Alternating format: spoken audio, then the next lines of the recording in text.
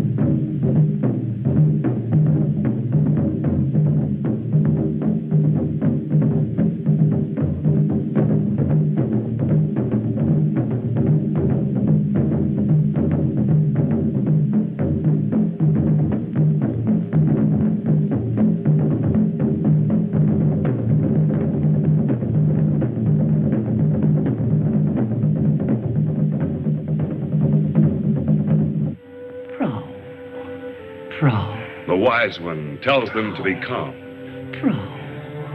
This is Loti.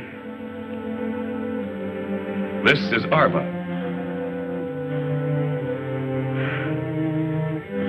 This is Tigri. You've met her before.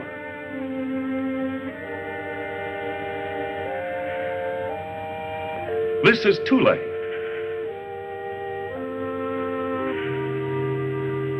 This is Eros.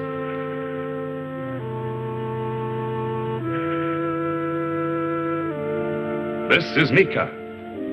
This is the wise one. Old as the moon and wise as the sun. She knows why the young ones dance so restlessly in the light of the full moon. She's telling them the story of the founding of their tribe. She explains that many moons ago, the tribe was founded by Tana, the mother of Tigri. In those days, the women were the slaves. And in Tana's tribe, as in all other tribes, no woman dared question the men. The men needed only to order, and the trembling women hastened to obey. She tells them that when they were small children, they lived deep in the jungle, the young ones of a band of jungle dwellers.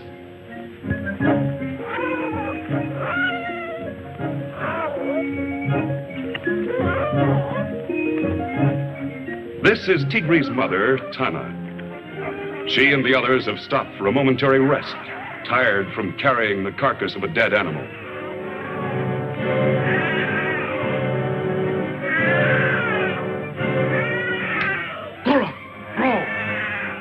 The angry leader of the tribe comes back to find out why the women are falling behind.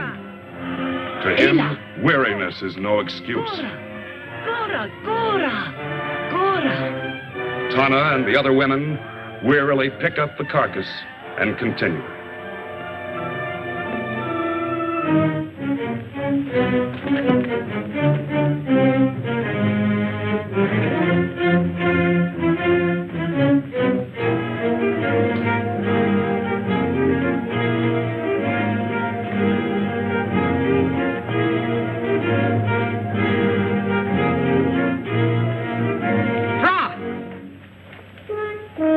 By now, the women are completely exhausted and must pause again for rest.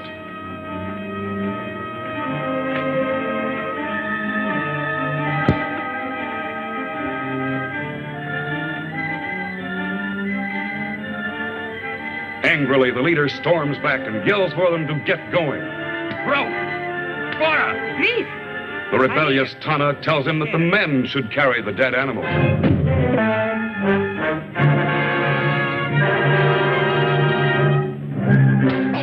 Knocked to the ground, the infuriated, desperate Tana throws a rock at the leader, felling him. Tana immediately realizes that they must flee with the children, or the men of the tribe will take revenge on them. The women quickly gather the children and rush off into the jungle.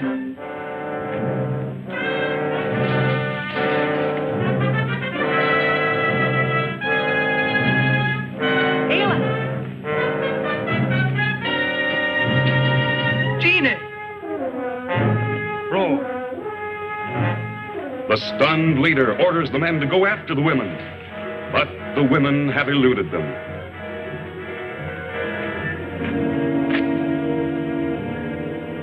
The wise old woman tells them how, as time passed, the tribe prospered under Tana's able leadership, and the little girls learned how to fend for themselves. They all learned the skills of hunting and fishing for their food.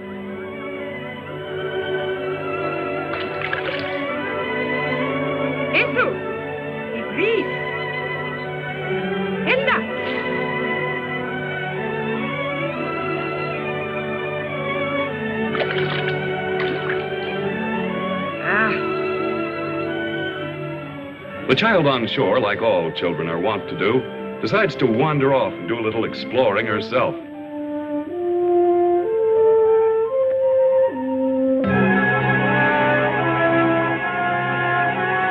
The entire tribe is unaware that they have been sighted by the terrible Gwadi. This 9-foot-tall monster has roamed the jungle for years, bringing death and destruction to whatever he touches.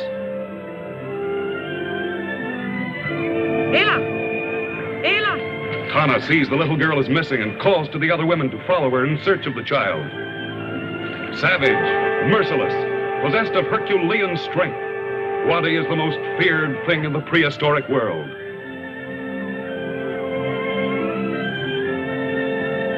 The little girl explains to the wise one as best she can that she has seen the terrible giant. Gwadi! Gwadi! Ela!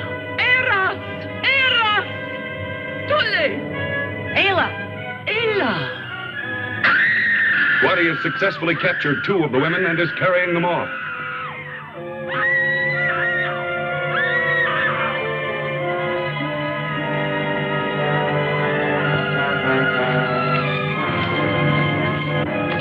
Tana was the only one to get away, but has been mortally hurt and dies with Gwadi's name on her lips. Gwadi!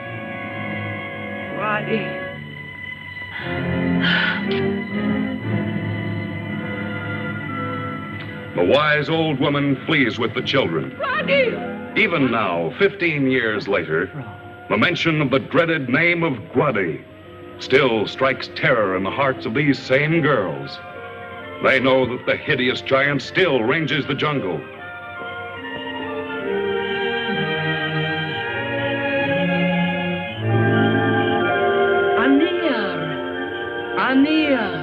The wise one tells them that they must forget their hatred of Anir, their word for men. The moon is full. By the time of the advent of the next full moon, they must find and capture themselves husbands if the tribe is to survive.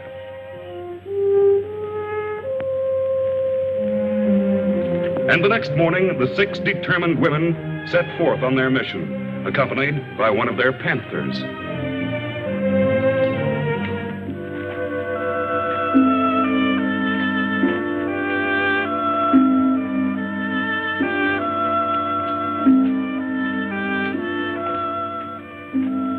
This is the man of our story.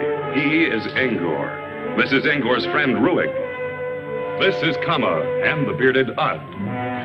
Engor and his friends are on a foraging expedition. They're hunting food for their cave-dwelling tribe. They've cornered a savage tiger and are pitting their skill with stone-headed war clubs against this vicious monster of the jungle.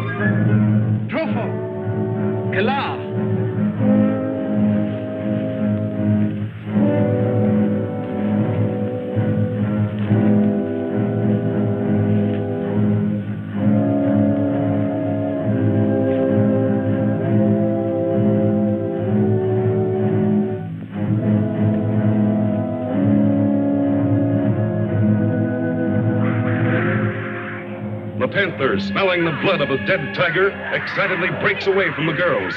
They chase after their pet.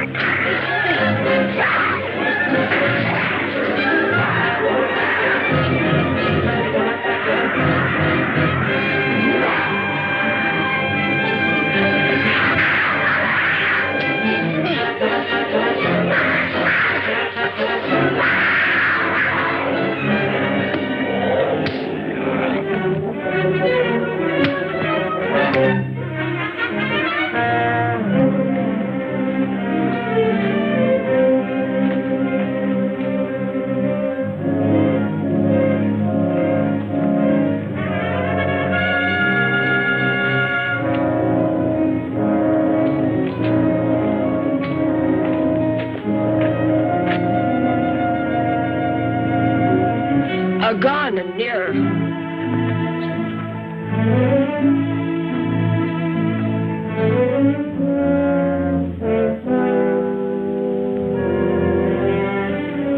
Ad uses the sap from a tree to soothe Angor's wounds. Suddenly, Ad falls unconscious. Angor and his tribesmen are amazed to see that they've been attacked by members of the weaker sex. Back on!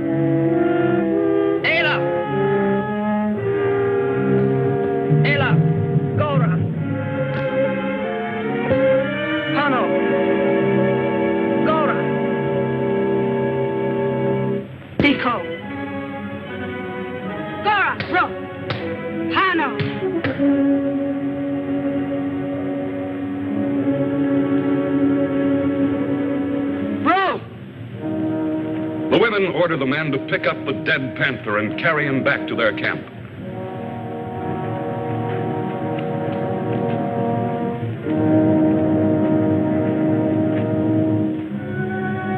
In the meantime, Angor stumbles along through the jungle back to his people.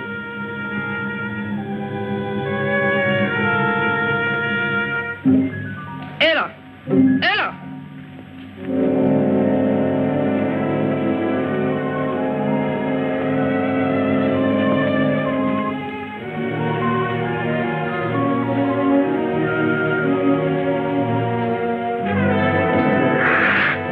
Tallas, bro! Laura, bro!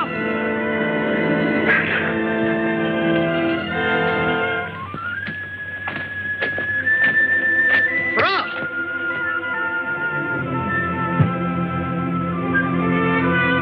And near!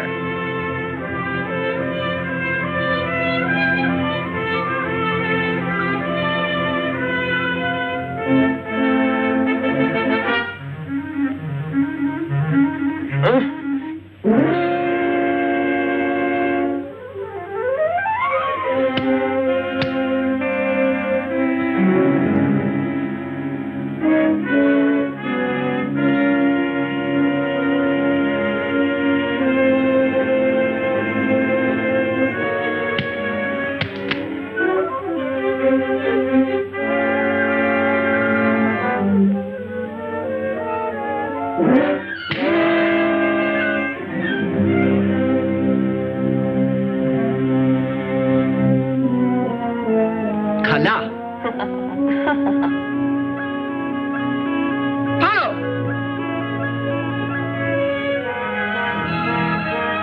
Bro!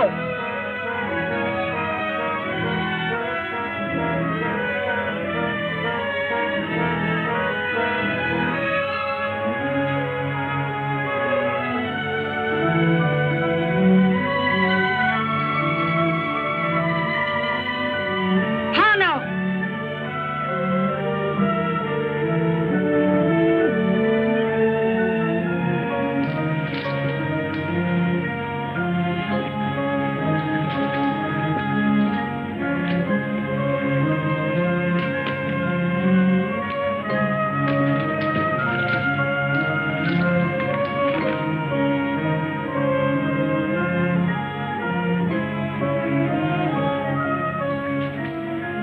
What type of women are these, Ruig wonders, who attack men and live in trees? Nika gazes at her captive, entranced by her first close look at a male.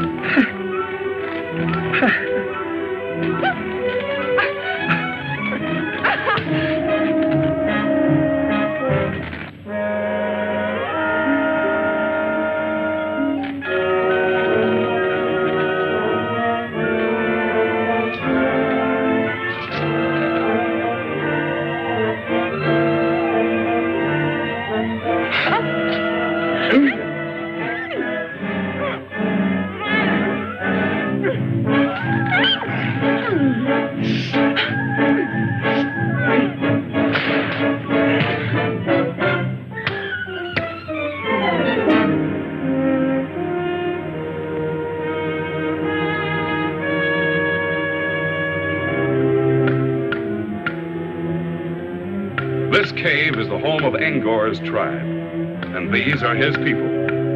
They are mountain people, cave dwellers.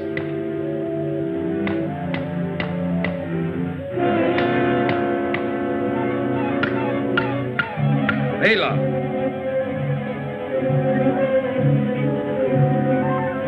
Their leader looks skyward at a soaring vulture, knowing that where the vulture settles, they will find a wounded or dead animal. He motions for his hunters to follow him. Ra.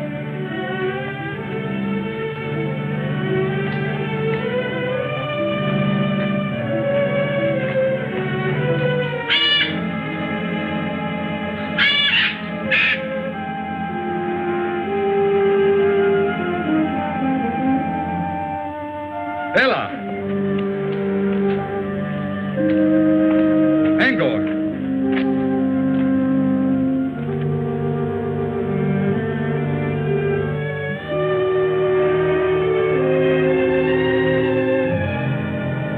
Eco.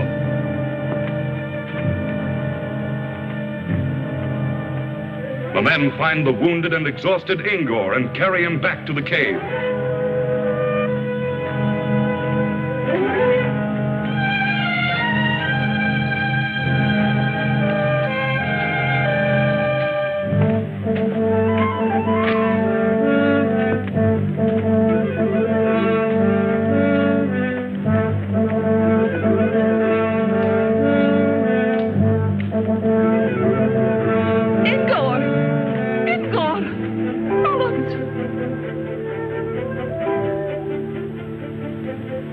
Engor's mother and the rest of the cave dwellers crowd around the wounded Engor. His mother motions them to carry Engor into the cave where she can tend.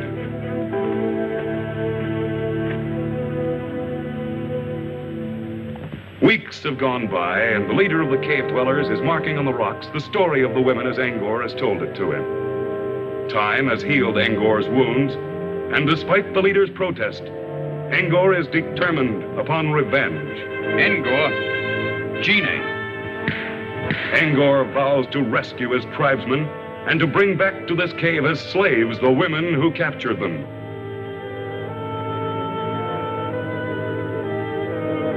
Engor. Engor. Ela. Engor's mother, who knows of the women tribe, points out the right direction to Engor. Oro. She tells him he must cross 2 mountain ranges, that it will take him 2 days' journey to reach the country of the women tribe.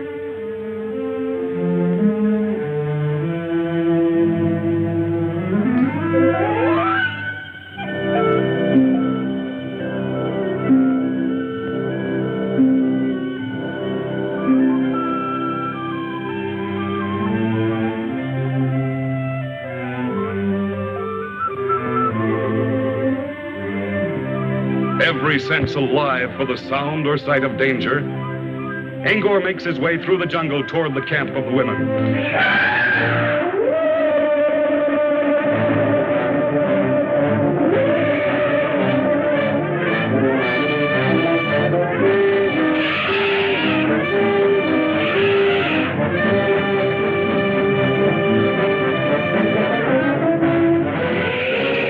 Angor stumbles and loses his weapon, but cannot stop for it. He finally eludes the elephant by jumping behind a large boulder, and the lumbering animal passes him by.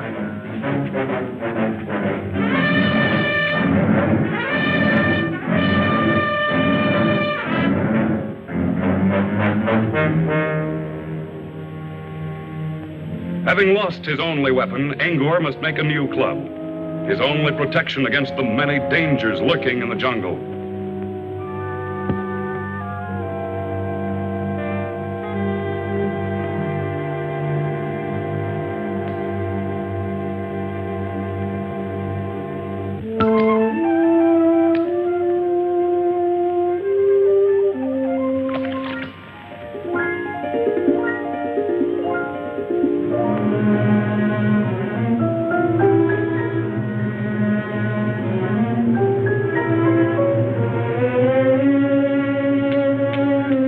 Angor gathers some stones to use for the head of his club. He starts hacking 2 of them together to make a sharp edge. A spark ignites the dry leaves on the ground, and Angor is taken aback by the strange, unknown phenomenon, fire. He stretches his arm out to touch it and draws his hand back in pain. He doesn't understand it, but he knows that this new discovery of his has the power to inflict injury.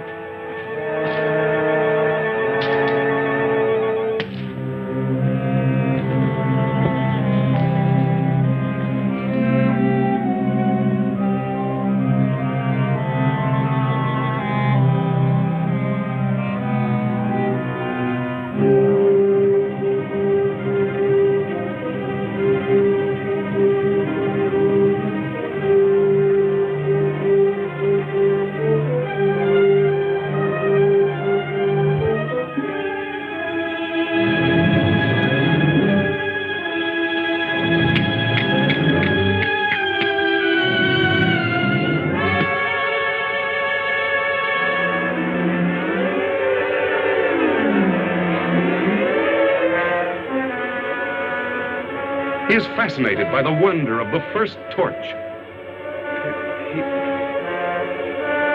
Here. He calls it pier, his word for fire.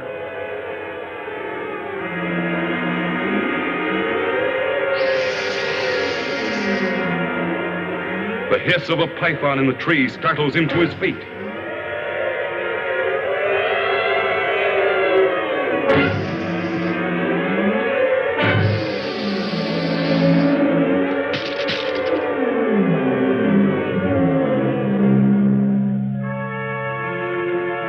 He jabs the torch into the water after the snake. To his surprise, he finds the fire has disappeared.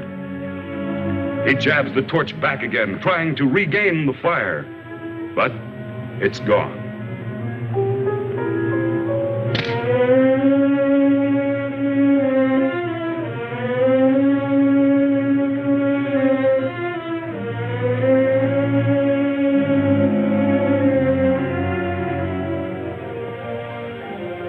Strangely enough, the swan dive was invented before the swan.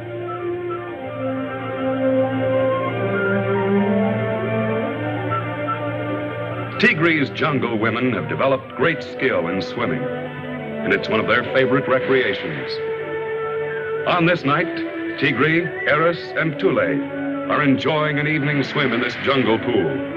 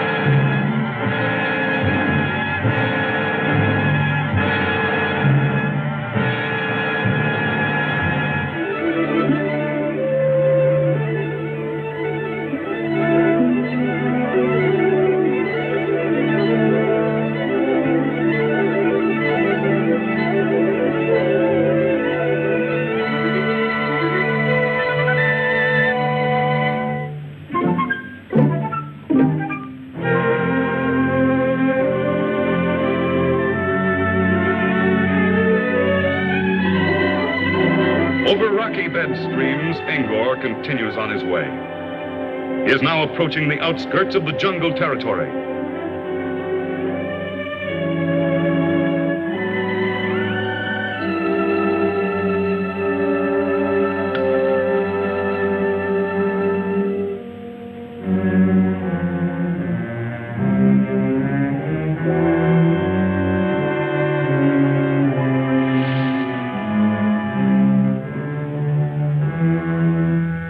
Suddenly, he sees ahead of him the huge, giant wadi.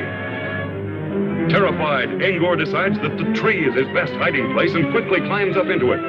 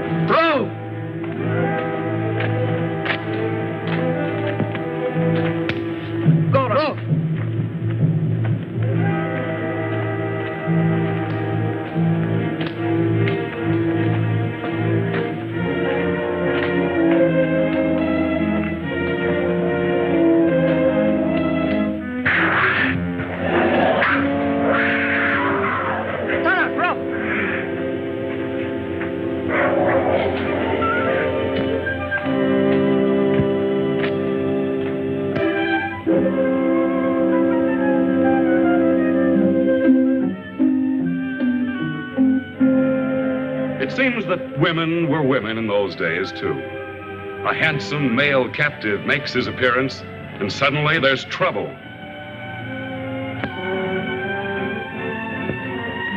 Angor! Angor! Rui!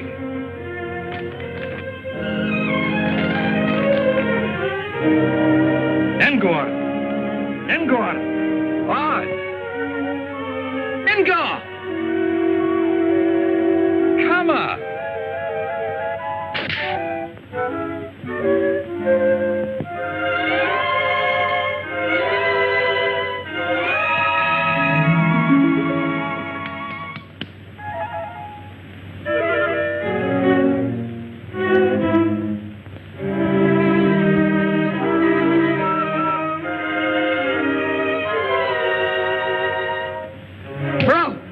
Tigri is not sure yet why she objects, but she wants no interference until she decides whether or not she herself wants him as her husband. Bro! Cora! Bro!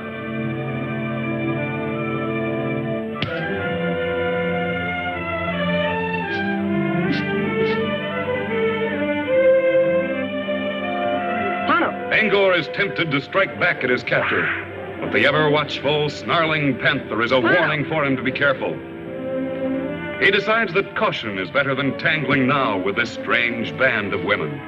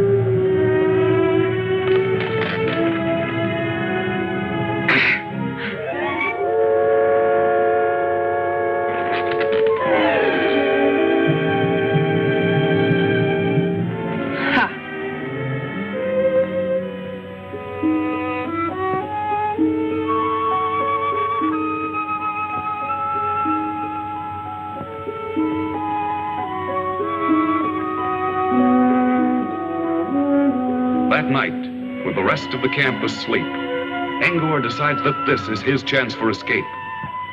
Quietly, he starts to climb down the vine. Now, this is easy, Angor thinks.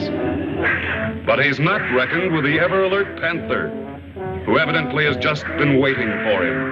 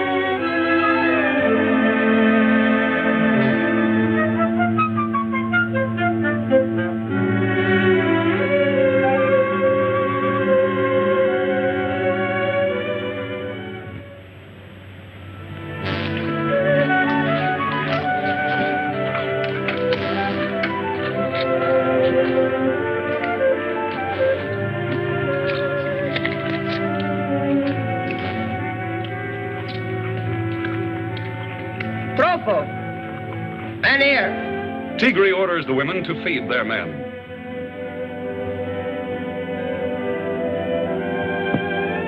Arba decides that this is a good time for her to make up to Engor and starts to bring him some food.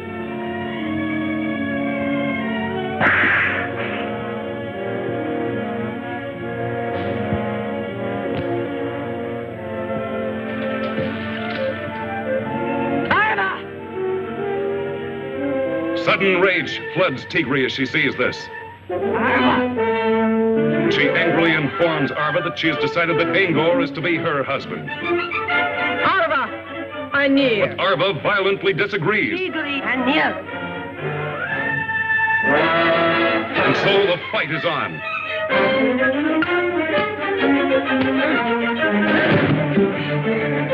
Gone.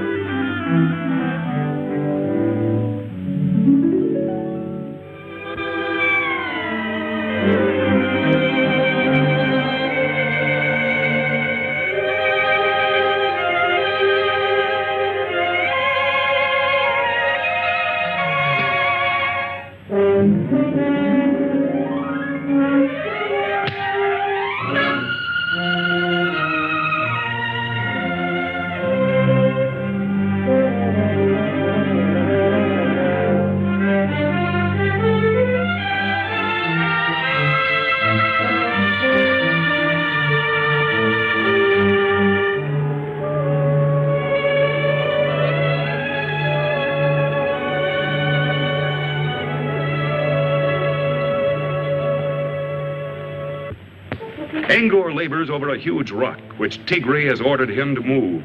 He can't budge it. Tigri shakes her head at the stupidity of men. Angor finally gives up, humiliated by her look of scorn.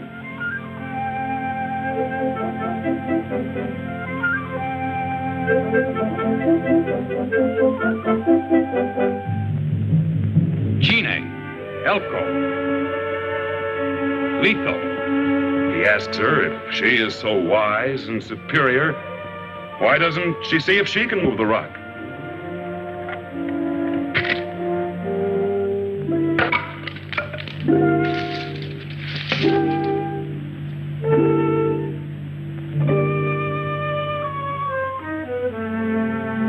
Tigri picks up a huge branch and, using simple leverage, shows Engor how easy it is to move the rock if you use your head.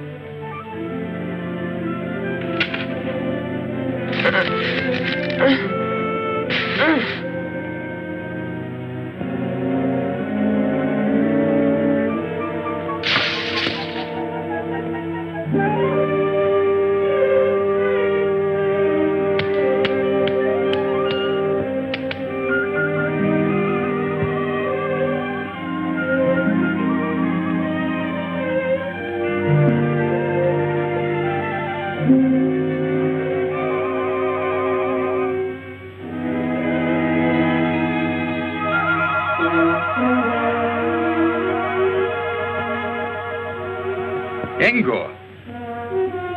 Tigri. Engor. Tigri? Engor.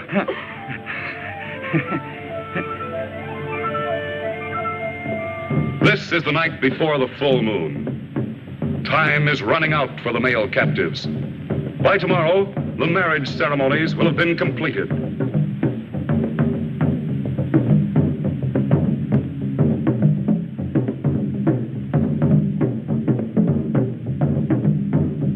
The wise one drums, and the women dance as Angor and the men look on with mixed emotions.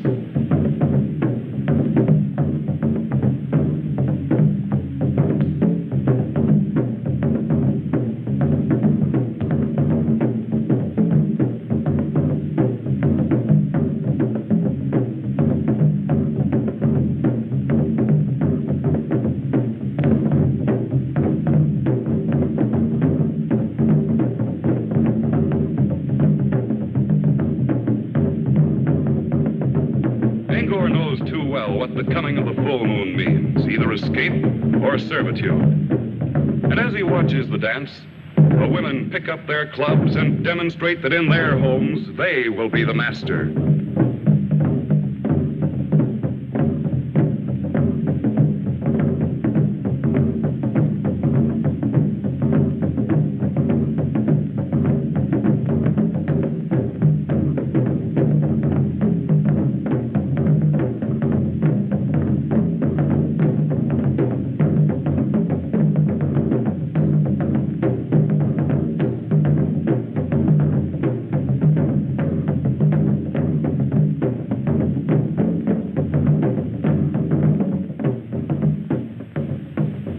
Surrounded by the watching women and the ever-guarding panther, the men sit idly while Ruig, who seems to have a fetish for being clean-shaven, is scraping his cheek with a sharp-edged stone.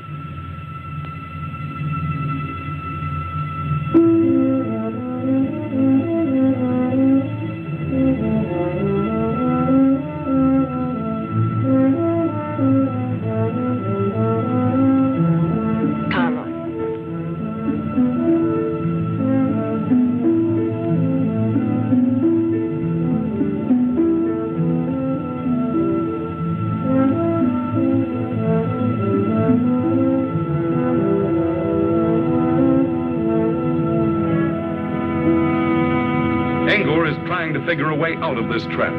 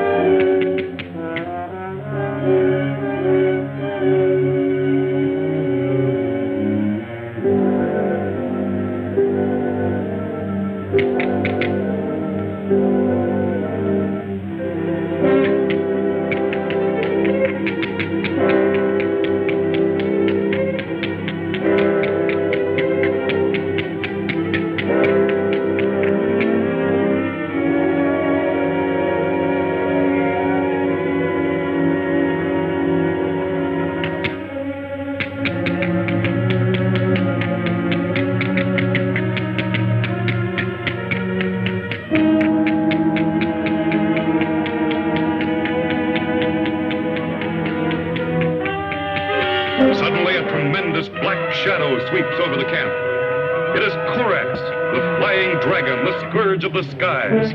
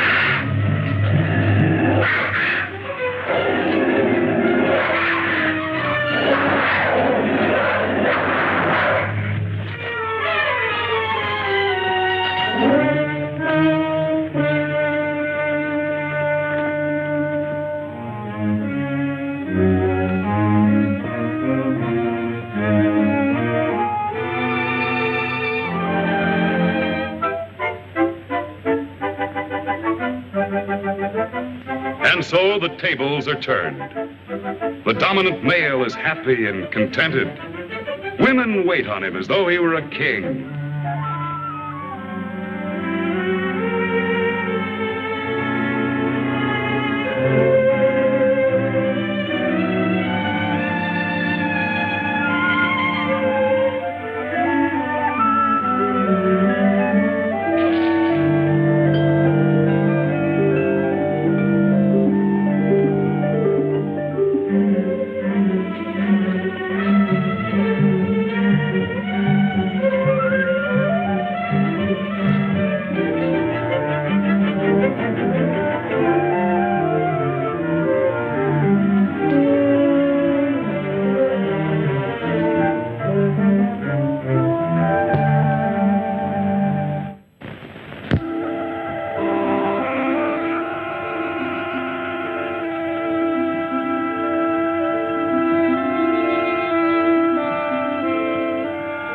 Tigri.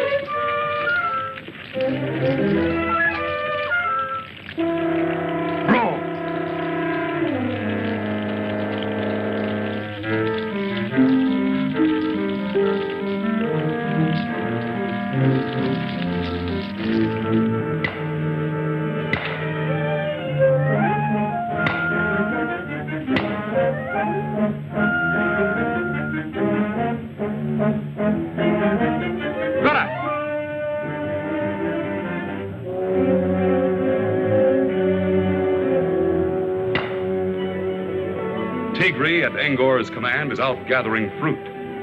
She's hungry and would like to eat some of the fruit, but no, Angor forbids it.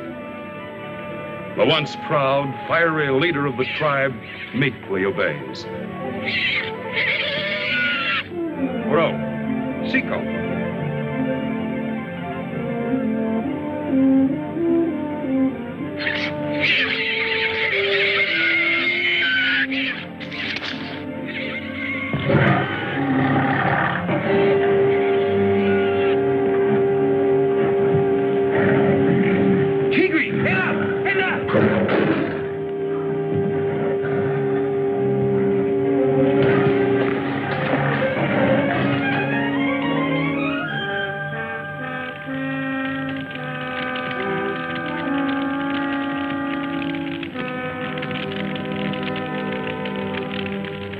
Truffle? He offers a piece of raw meat to Angor, who's intrigued by the scent of the meat in the fire.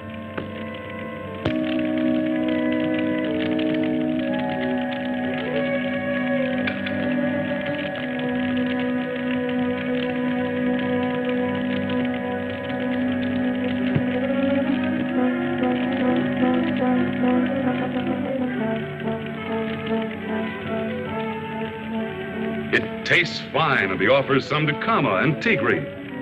At first, they refuse.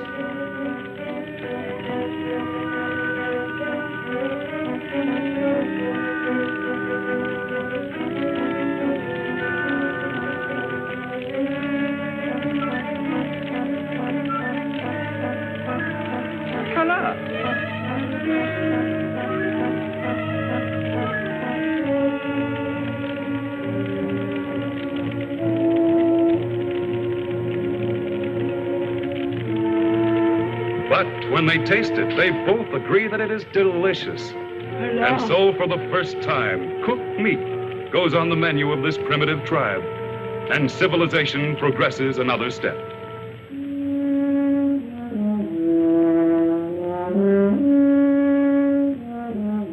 Angor's thoughts are of his home and his people.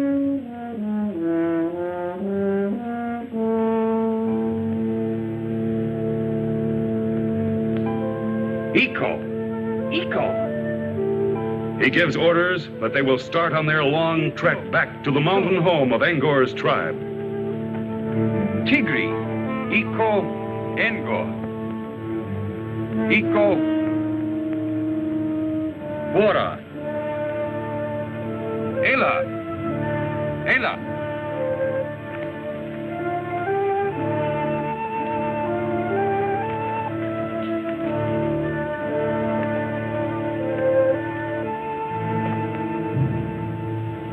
Angor leads them through the jungle, ever alert for the lurking dangers which abound there.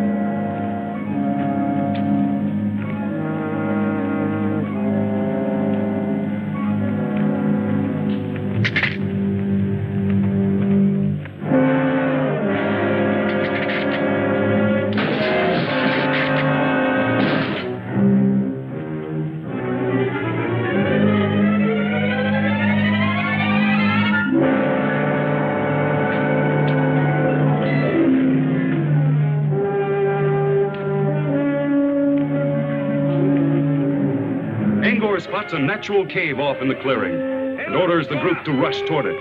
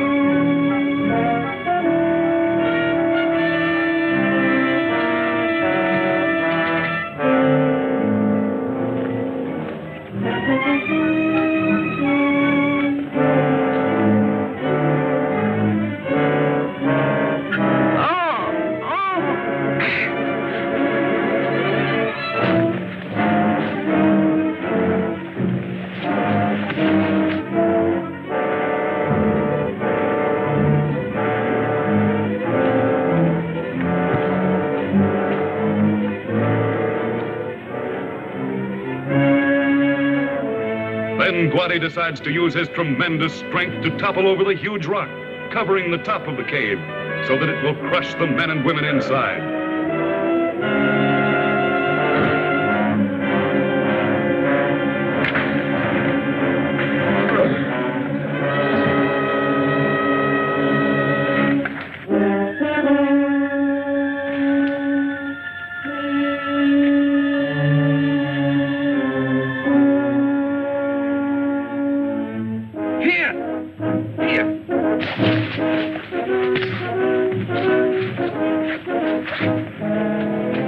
Angor orders the other men to make torches.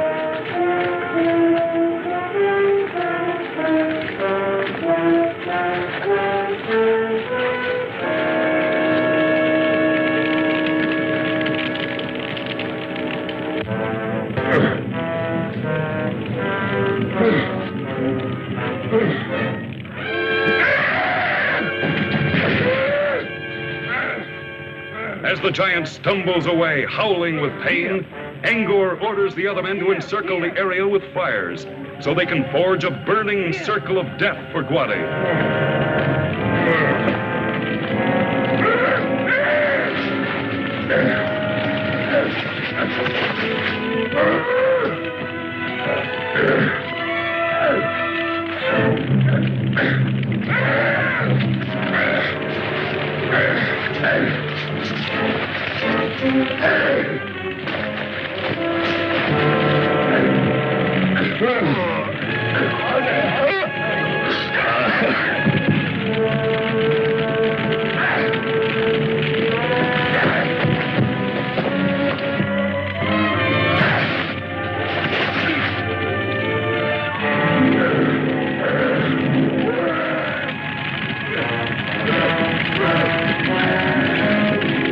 Guadi is completely bewildered by the leaping flames and terrified by the fire. He screams in fear.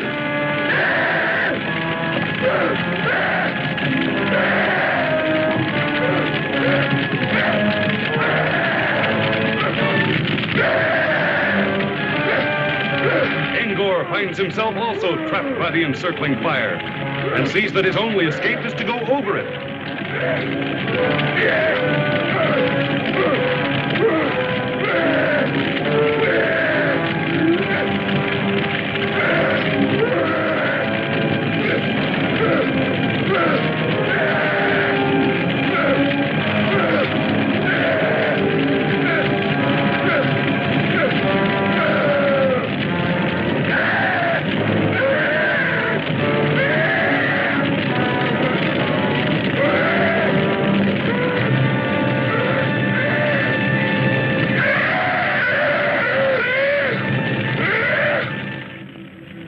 Tigri looks with admiration at Angor. Tigri, Iko? She asks him to change his mind and return to the women's camp with his men, where they can start a new tribe. Engor, Iko Tigri. Eva. Engor, Iko Tigri. Angor agrees and tells his friends he has decided to remain.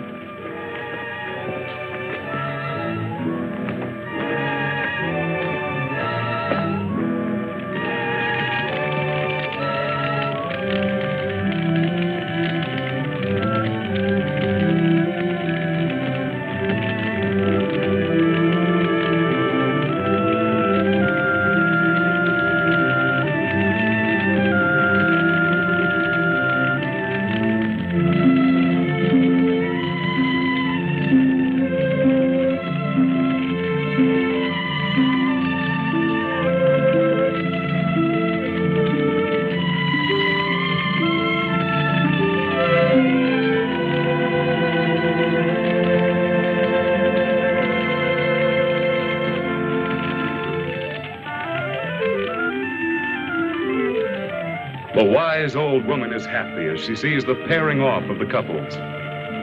She knows now there will be peace between the tribes and that the tribe will increase.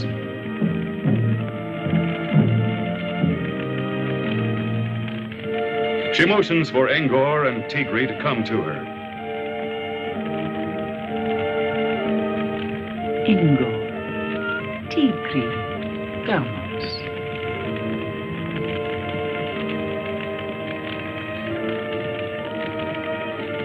She is going to perform the only kind of marriage ceremony she knows.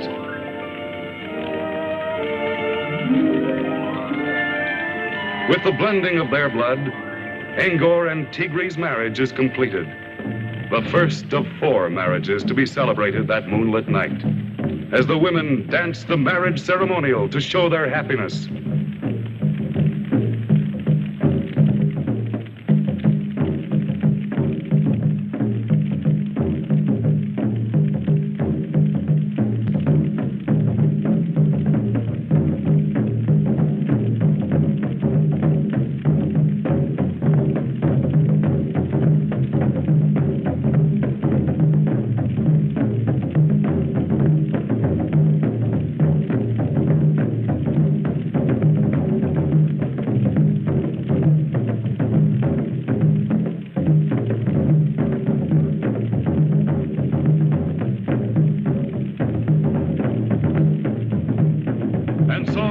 Distant days, even as today, the eternal battle for supremacy between woman and man was solved not through the clout and the club, but through romance.